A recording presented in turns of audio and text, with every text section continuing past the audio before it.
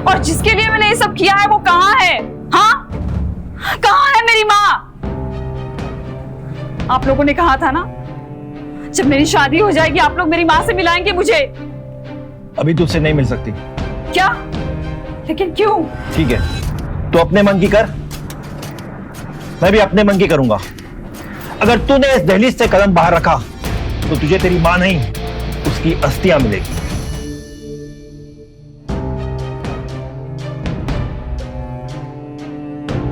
शर्त ये थी कि मेरी विक्रम से शादी होते ही आप मुझे मेरी माँ से मिलाएंगे। वो शर्त थी, लेकिन अब नई शर्त है। अब तू अपनी मां से तब मिलेगी जब मेरा एक काम पूरा होगा। मेरा एक कॉन्ट्रैक्ट है जिसका मैंने सालों से इंतजार किया था। बस एक बार विक्रम की साइन हो जाए उस पर, उसके बाद तुम अपनी मां से मिल सकती हो। अब फैसला तुम्हारे हाथ में है, तुम्हें तलाक चाहिए या तुम्हारी मां। अब अपनी मां से मिलने के लिए उसके पास उसकी पत्नी बने रहने के अलावा कोई और रास्ता नहीं था। अचानक उसके दिमाग में एक खुराफात सूझी। अगर वो विक्रम को ये बता दे कि आरोही ने उससे शादी सिर्फ अपनी मां से मिलने के लिए किया है और मां से मिलते ही वो उसे छोड़ देगी, तो विक्रम उसकी खाल उधेड़ देगा। हालांकि अनन्या ये भी अच्छी तरह जानती ही थी कि उसके माँ बाप का बहुत सा फायदा इस शादी पर टिका हुआ था, लेकिन वो आरोही को बर्बाद करने का ठान चुकी थी। उसे उम्मीद थी कि इस बार जो अपना सामान लेकर अपने ससुराल लौटेगी तो उसे कभी इस घर में वापस नहीं आना पड़ेगा। सामान पैक करते हुए आरोही को ख्याल आया, कितनी अजीब बात है ना। आमतौर पर लड़कियां शादी करने के बाद अपने मायके आने को कितनी उतावली होती हैं, और एक मैं हूं जिसका अपने ही मायके में दम घुटता है। अगर ससुराल का ये वाहियात रिवाज ना होता और माँ से जुड़ी वो यादें ना होती तो मैं यहाँ कभी नहीं आती।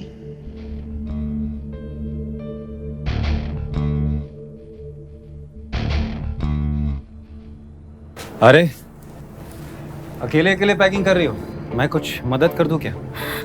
राघव, तुम? वो राघव को कई सालों से जानती थी। राघव उसके पिता महेश्वर का मुलाजिम था। दरअसल राघव बहुत ही बड़ा नशेबाज और जुआरी था। एक बार जब नशे के लिए उसके पास पैसे नहीं थे तो उसने आरोही के घर से पैसे चोरी किए।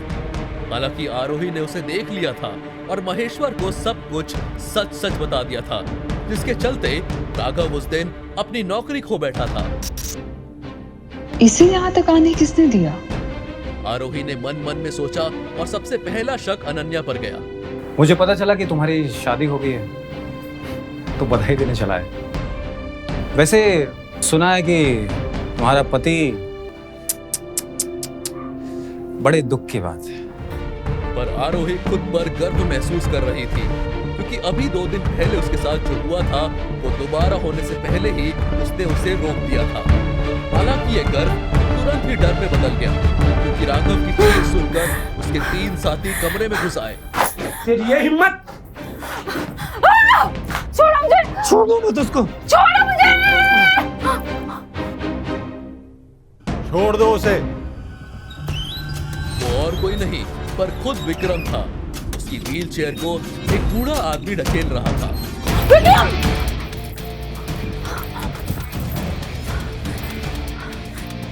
मेरी पत्नी को हाथ लगाने की तुम लोगों की हिम्मत कैसे हुई?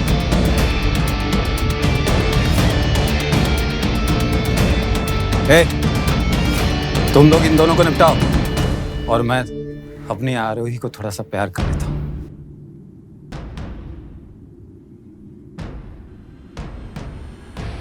आओ।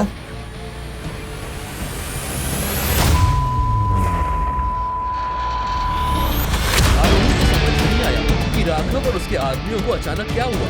हालांकि उसे इतना तो समझ आ गया था कि ये विक्रम ने ही किया था, लेकिन कैसे किया ये आरोही की समझ से बाहर था। मैंने कहा था ना, हमारे खानदान में बहुत से राज हैं। जितना कम जानोगी उतना बेहतर रहेगा। तुम पहले ही काफी कुछ देख चुकी हो, क्या ये भी देखना चाहती हो? नहीं। तो चलो यहां से।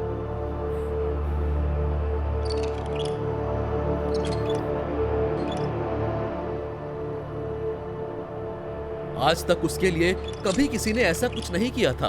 आरोही के मन में विक्रम के लिए इज्जत बढ़ चुकी थी। Thank you. अगर आज आप नहीं आते तो पता नहीं क्या हो जाता। तुम हमारे खानदान की बहू हो। मैंने जो कुछ किया अपने खानदान की इज्जत बचाने के लिए किया है। लेकिन वो ये मानने को तैयार नहीं थी कि विक्रम ने ये जो कुछ किया सिर्फ और सिर्फ खानदान की इज्जत बचाने के लिए किया था। अरे क्या हुआ मेरे बच्चे को? आरोही इस नाटक से खूब वाकिफ थी। 14 सालों से उसने ये नाटक रोज इस घर में देखा था। बंद कीजिए नाटक। थक नहीं जाती आप ये नाटक करते करते? तुम्हारी मजाक करने की आदत गई नहीं है बेटा। पता है दामाद जी, कहने को ये मेरी सौतेली बेटी है, लेकिन मैंने इसमें और अपनी बेटी में कभी कोई भेदभाव नहीं किया।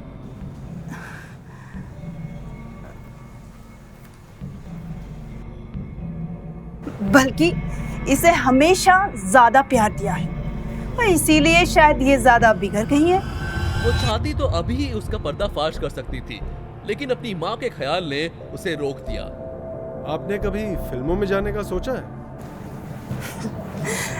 कैसी बातें करते हैं आप दामाद जी?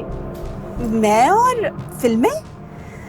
आपको सोचना चाहिए, क्योंकि एक्टिंग तो आप बहुत बढ़िया करते हैं। यहाँ बेकार में ही आपका टैलेंट वेस्ट हो रहा है। अरे दामाद जी, आप कब आए?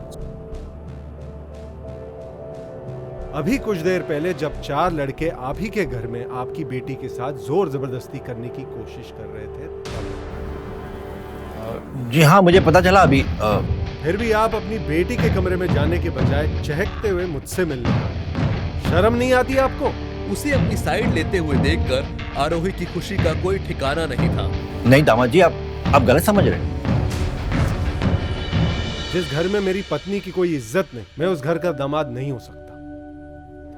उसे ऐसा लग रहा था कि वो सब कुछ जो 14 सालों से वो अपने मन में दबाए बैठी थी, वो सब कुछ विक्रम कह रहा था।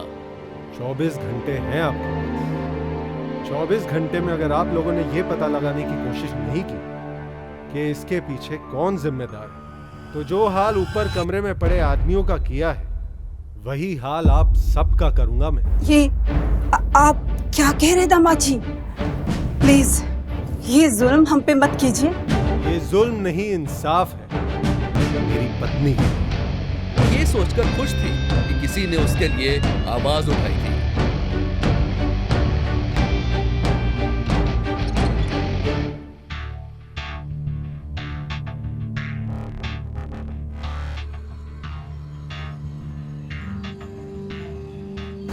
कौन हो सकता है ये?